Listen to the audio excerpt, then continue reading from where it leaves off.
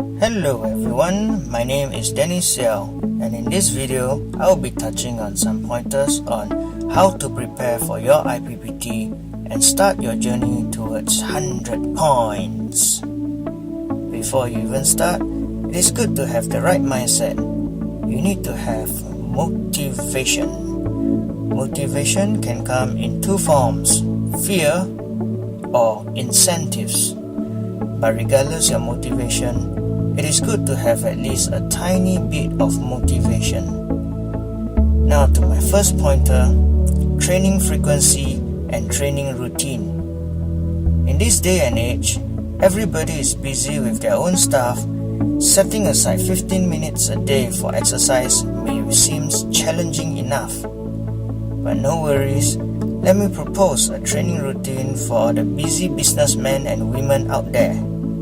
Like I would always say, the moment you wake up, before you even go brush your teeth, run a timer of 60 seconds, and within these 60 seconds, do as many reps of push-ups as you can.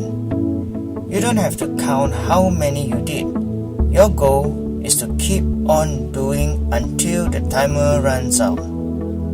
So, if you can only do 20 reps, don't worry about it. If you can only do 30 reps, that's fine. But the important thing is to not stop doing, to not give up on yourself, and just keep doing those reps until the timer runs out. Now the next question is, how many sets? I would say one set is sufficient, but do it one time when you wake up and one time before you shower. Assuming you shower twice a day, that will make up a total of 3 training sessions a day, taking up just 3 minutes of your time per day. You can also apply this training to sit-ups. You don't have to go to a gym or anywhere special. You can do this anywhere and anytime. But if you are already visiting the gym or training on your own, the next pointer is for you. A very common way of training is by reps. For example, you do 20 push-ups, rest 30 seconds, do 20 sit-ups, rest 1 minute, and then repeat the set again for like 5 sets. My suggestion for people training like that is to train with reference to time instead of reps. And I feel that the perfect combination of work to rest time is 1 minute of work time and 5 minutes of rest time. The reason for this is because, first of all, IPPT is based on how many reps you can perform within 60 seconds. So, within these 60 seconds, if you are constantly working, rest assured you have hit the maximum repetition your body can generate. Secondly, you want to target a specific energy system your body can tap into. And with this work-rest ratio, it simulates the actual IPPT test scenario. If you are ambitious, you may decrease the rest time, but still, I would recommend 1 minute of work and 5 minutes of rest for IPPT training. Next, my third pointer is training periodization. There is a training guideline coaches use to prepare their athletes for competition season.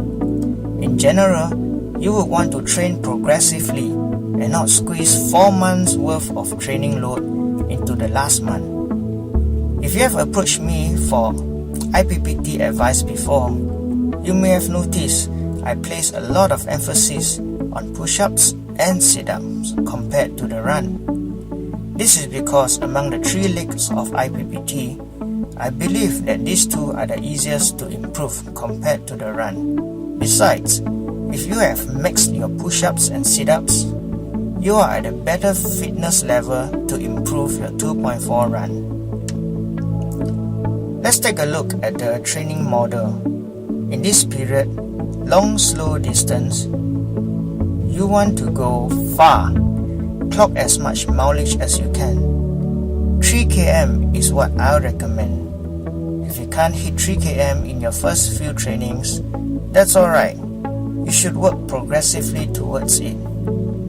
In this LSD period, you will want to clock at least a 2.4 km every training session. The second period may be ignored for your 2.4 training. Instead, you would want to convert it to more long slow distance or speed endurance training, which is the next period. In this period, you do interval trainings. For example, you run 1 round, rest 1 minute 30 seconds, then run again. Or you can also do fartlek training, which is what I normally do, where you run fast here, slow down and recover, and then run fast here again, then slow down and recover, and carry on. Basically, on the straight paths, you do your 2.4 race pace, and when you come to the curves, you slow down and recover. My last pointer for today is technique. For push-ups and sit-ups, take note of your breathing. You would always want to exhale when you exert a force, meaning in push-ups, breathe out when you push up. In sit-up, breathe out when you sit up. For the run, take note of your running posture. You would want your running posture to be leaning forward, and remember, open up your legs when you run. For the push-ups, the rules are quite standard and quite strict, so just follow what the PTI says to avoid those no counts. As for sit-ups, one aspect that people do not pay much attention to is the distance from the heel to the butt. Think of sit-up as a test of how efficiently you can transfer your center of gravity. The more distant there is from your heels to your butt, the easier it is for you to execute 1 rep of sit-up. And when you are doing the test for your sit-up, you would want to use your elbows to help you transfer your CG more efficiently. Not forgetting the rules, you must cup your ears at all times. So use short burst movements and breathe out at the same time to give you the momentum to help you in your sit-ups.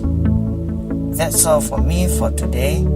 I hope at least one of my pointers have helped you start your journey towards IPPT 100 points. And if you were wondering where do I pluck out all these facts from, it is from my basic sports science textbook and through my experience. Working a shift-based job and taking up night class is indeed challenging. I would like to thank the people who have helped me during my course of study in the basic sports science course.